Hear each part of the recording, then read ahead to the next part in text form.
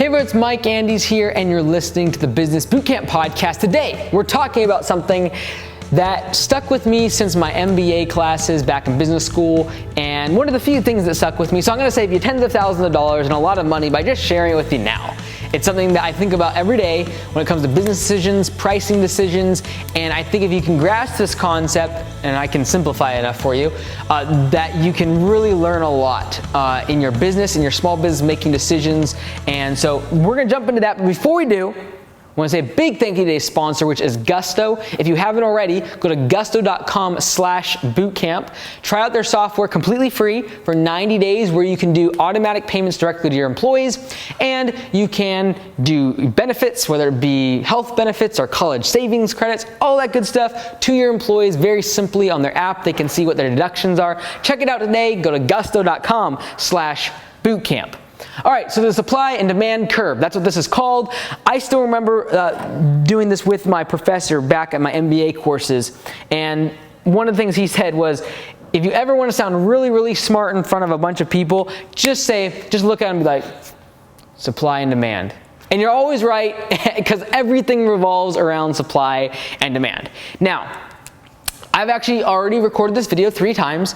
Every single time I had to stop though, because I kept just getting too much in the weeds on this diagram. So I'm gonna try to keep this as simple as possible and not make it too complicated, because there's a lot of things you can draw on this and get a lot of information and reference. If you are interested in that, let me know. Maybe I'll make a more detailed video that's like really in the weeds, but I just want to give you enough information on the supply demand curve for you to kind of get some really good information that I always think about. So first things first, this is called the equilibrium price.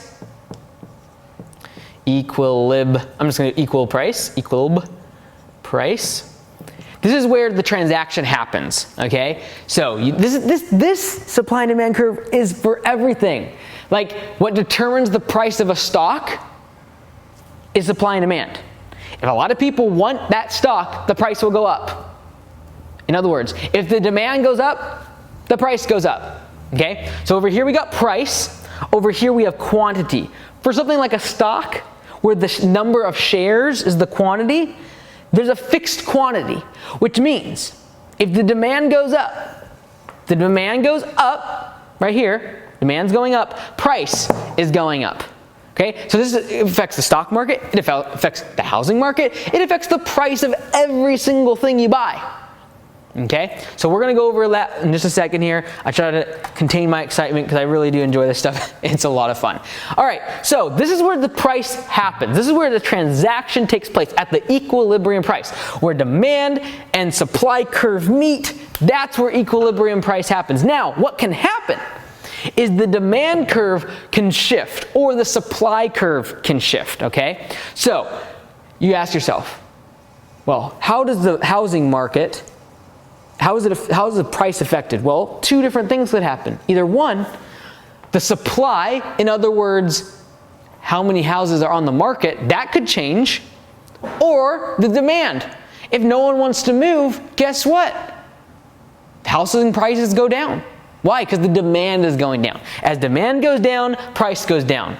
As supply goes higher, price goes down. All right, so these are things we've got to think about. We've got to look at now graph on this graph here, all right? So let's talk about a surplus, okay? So a surplus is any time when supply is way greater than demand. Here we got demand way down here. Supply is way up here. Obviously, there's not a transaction happening. So what happens? Well, in order for us to actually make this transaction go through, we've got to sell at a very, very low price. Because remember, as supply goes up, price comes down. All right, so as I keep going higher and higher over here, in order for the transaction to take place, as I go up and up and up here on my supply, where I'm meeting at, the demand is going down and the price is therefore reducing. So up here, I have what's called a surplus. So let's go ahead and write that down in blue. We got a surplus up here. What that means is surplus. What that means is there's too much supply. Another example, potatoes. In the pandemic, Farmers have literally been digging massive holes and burying their potatoes. Why? Because there's a massive amount of surplus, i.e. there's a whole bunch of supply, a whole bunch of potatoes. No one needs the potatoes because all the restaurants have been closed. And food service is a massive part of fries and all the other stuff that we eat with potatoes. Massive amounts of surplus. They've been literally taking tractors and tilling all this cabbage back into the soil. Why? Because there's a massive surplus. There's a ton of supply, not enough demand. Now, when we think about the housing market, let's think about this for a second. So we talk about surplus, we talk about potatoes being way too high in the supply chain, too much supply, and the demand being way too low. Now let's talk about, if we have a shortage. What happens if we have a shortage? Let's draw it down here. So this is again our supply line right here. This is the number of houses, the number of potatoes in the market, the supply on the marketplace. Now let's talk about down here. This is going to be a shortage because now there's not enough supply. So let's talk about what's happening right now in the housing market. So right now, houses are going on the market and the next day they have 5 offers and they're going way above asking price. Why? Because the interest rates are lower.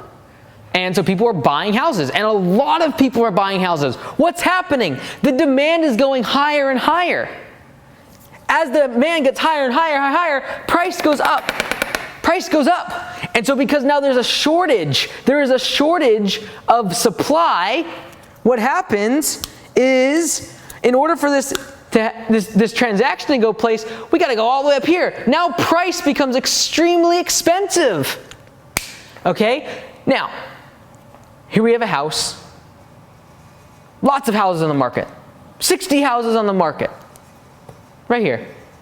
If we drop from 60, this is the amount of quantity on the bottom here. 60 houses on the market. Price is at, let's say, $250. But now there's less houses on the market. And not only is there less houses in the market, there's more demand. It's a double whammy. And what happens? Price goes through the roof. Okay? Now, how can you artificially create a shortage? You think about Ferrari or Lamborghini and these other car makers. They make 10 one-of-a-kind vehicles. I guess it's not one of a kind, 10 of a kind. There you go. 10 vehicles, and they're all priced like $5 million a piece. Why is that? Because the quantity is low. And when the quantity is low, the supply is low, and demand is very, very high, you get a premium price. Now, if Lamborghini or Ferrari went out and said, you know what? We make so much money on those 10 cars. Let's go make 100,000 of those cars instead of 10. Let's make 100,000. Guess what? They wouldn't make a lot of money. Because as soon as you increase the supply, the demand's going to come down because you increased quantity. So you increase quantity, demand comes down, and supply goes up because you added more. As we move across in quantity, supply is going up, but demand goes down, and when you find that intersection, boom, boom, we look over here, lower price. Very, very interesting.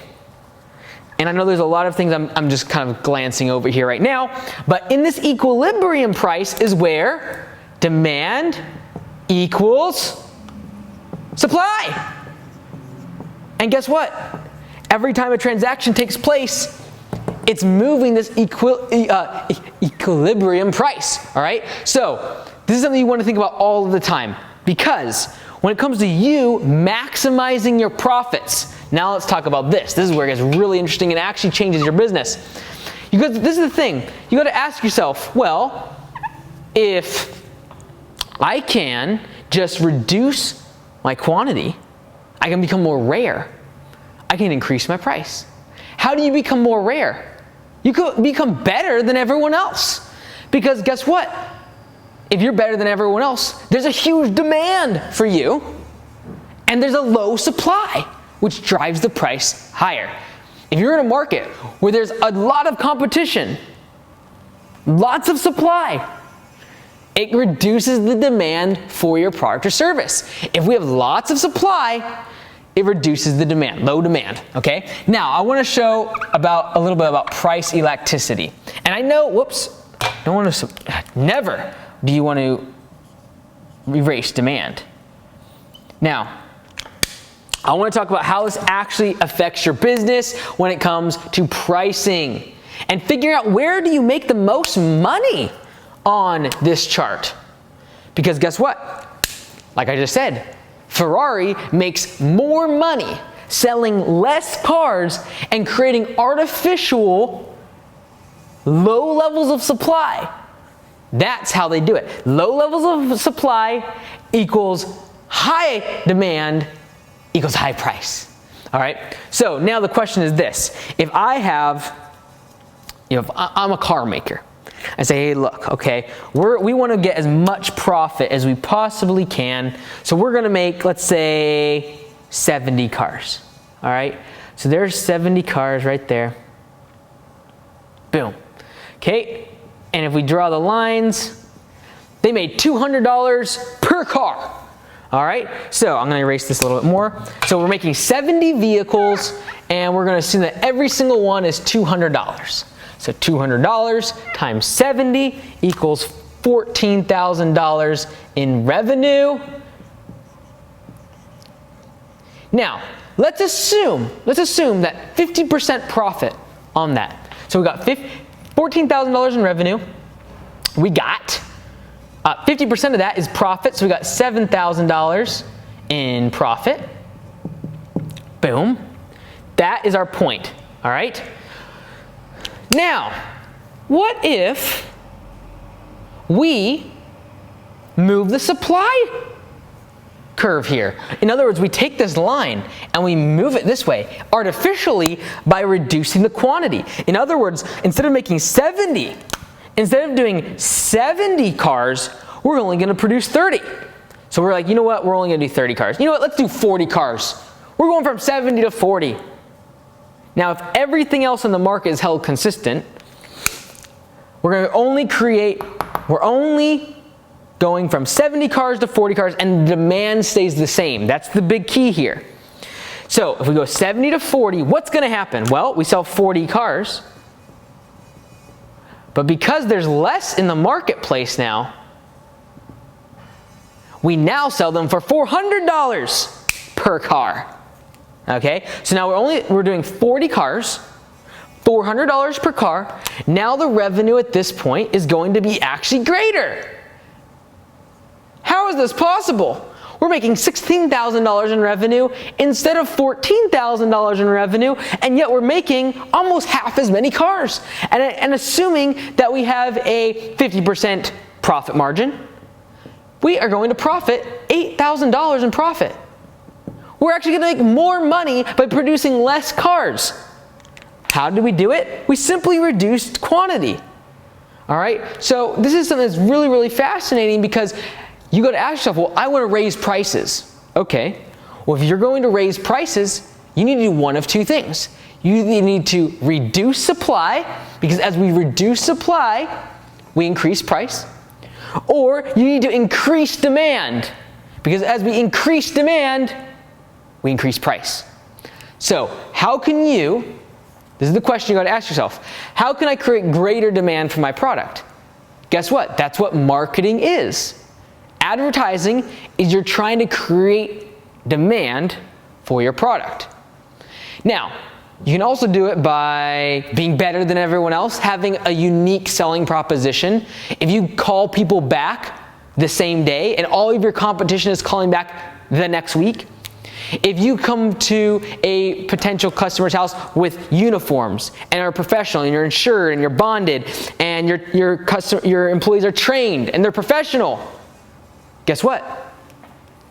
You have a greater demand for your service. And guess what? If all of your competition can't compete with you on those things, the supply of your level of professionalism and level of service goes down. And remember, as supply goes down, price goes up, just like the housing market. As the supply goes down, price goes up. As the number of houses on the market goes down, as the quantity goes down, the price is going up and up. All right, so this is something you want to think about. If you're interested in more of a deeper dive in this, let me know. But always remember, supply and demand. You can always shift demand, and if you shift demand, it's going to increase or decrease price. And same thing with supply. As this shifts, so for example, all right, let's do one more example. Let's erase these and do one more example. Then we're going to call it quits because I don't want to get too deep like I have in the past 2 attempts at this episode. Okay? That was there to show you that there is a certain level of profit maximization that comes with manipulating the quantity and the supply and demand. There's also something called price elasticity, which means I might not be able to charge $400 for that car, which means demand curves and supply curves are not necessarily straight. Something to think about. So I might be able to charge $220 for my car, but as soon as I go to $250, immediately my demand might just drop off, which means that these aren't always straight. So keep that in mind. But now, we've talked about how to maximize our profit. Now let's think about if we actually move one of these lines, because this is how this happens. So the supply curve. Supply curve is going to go this way. In other words, we're increasing quantity. All right. What actually happens is this curve gets moved. So what happens? Supply moved. This supply curve moved. Now what just happened? What just happened? Supply went up. Our quantity increased. So what happened? Our equilibrium point moved from here to here. What happened? What happened? Our price just dropped. All right, equilibrium point, this is where we were in the past selling. What happened is the supply curve moved. The quantity increased. Supply increased. The number of that product or service or your competition increased, whatever it might be. That supply increases. That shifts the curve this way. As you shift the supply curve to this side because of increased quantity, what happens? This equilibrium point moves to here, and that is a reduction in price. Okay, and this is what we call a race to the bottom. Why? Because supply is just increasing and increasing and increasing, and there's more competition, and everyone just keeps slashing their price and slashing their price. Why? It's a race to the bottom. There's too much supply. There's too many competition. Everyone's offering the same thing. You say, how do I break out of a race to the bottom? You can do one thing. You can differentiate yourself so that you move the supply diagram this way. You move it that way. Now another way you can do it is you can lower prices. It's one way to do it. That's what Walmart does to cut out competition, to eliminate people. They just reduce price. You can also create demand for your product or service. All right, so the same way that we move supply chain this way, what if now we're going to do the opposite? Instead of moving the supply curve, we are now going to move the demand curve. All right, messing up this thing, and maybe this is off, but I hope this helps somebody. You got supply. All right, so we just moved supply. Now what happens if you change the demand for your product? What happens? What happens if we move the demand differently? Okay, so we are now going to increase demand for our service. We are going to do marketing. We are going to make ourselves more professional. These are all things you can do. By marketing, you increase demand because more people are calling and asking for your service, and all of a sudden, guess what? You get to a point, if you're really busy, you know what you do? You raise your prices. Okay, I'm going to show that now on the graph. Again, everything's supply and demand. You say, man, Michael, what did you do? Drink coffee? No, I really am excited about this stuff. I think it's super awesome. I love it. It's very, very exciting. Okay, so we got our equilibrium point here. Boom. Equilibrium is right there. Okay, now what are we going to do? We are going to have a marketing campaign. We're going to train all of our employees. We're going to have better uniforms. We're going to change our website. We are going to improve our brand image, and therefore, we are going to increase demand for our product and service. Because guess what? We are a lawn care service, and it's in the middle of spring, and everyone needs their lawn mowed. And because everyone needs their lawn mowed, it increased demand. All right, so now what's going to happen is the demand is going to go up. Boom, boom. All the things I just mentioned, maybe just one of them we're doing. But I'm just going to show an example here. So what happens? The demand curve moved up. And when we move the demand curve, get another color here.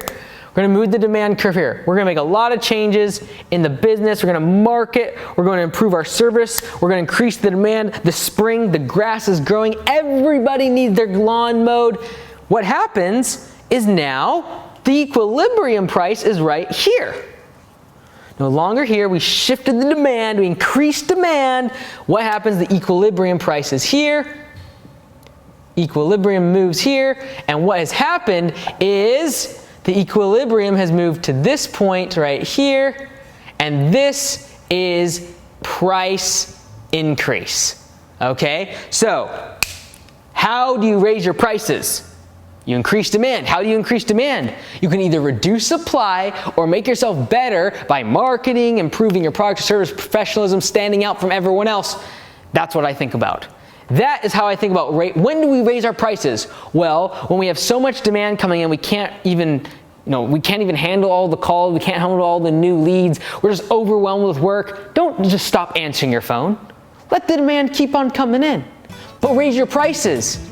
Raise your prices and actually have a higher profit margin. All right? So I can go on and on, show different examples, show surplus and supply shortages and all the rest of it. Don't want to get too deep into it, but I hope this helps you. It's a little bit more deeper content. If you enjoyed it, let me know in the comments below. Share it with someone else. And always remember, supply and demand.